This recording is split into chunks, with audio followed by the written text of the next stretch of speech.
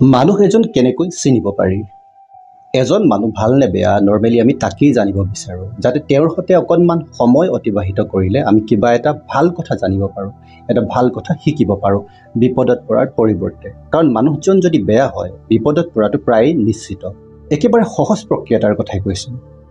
মানুহজনে কথা কৈ থকাৰ সময়ত তেওঁ ব্যৱহাৰ কৰা ভাৰ্বেল লেংগুৱেজটো, মানে কি কথা কৈ আছে, কি ধৰণে কৈ আছে আৰু যি সুৰত কৈ আছে, সেইবোৰক তেওঁৰ বডি লেংগুৱেজটোৱে ছাপোৰ্ট কৰিছে নে নাই কৰা। মানে কথা কৈ থকাৰ সময়ত তেওঁৰ চকুশাল ধীৰে আছে নে অনবৰতে লৰচৰ কৰি ধৰফৰাই আছে, তেওঁৰ হাতৰ মুদ্ৰাবোৰ, মুখৰ ভংগিমাবোৰ সংযত আৰু স্বাভাৱিক অৱস্থাতে আছে নে মাজে মাজে বিৰূপ আচৰণ কৰিছে।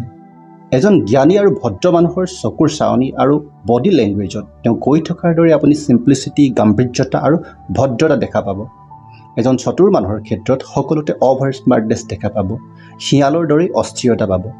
মাত্ৰ আপুনি মানুহজনক পঢ়িব পৰাকৈ কথা বতৰা পাতি থকাৰ সময়ত বৰ্তমানত থাকিব, এবচেঞ্চ মাইণ্ডত থাকিলে আপুনি ধৰিব নোৱাৰিব।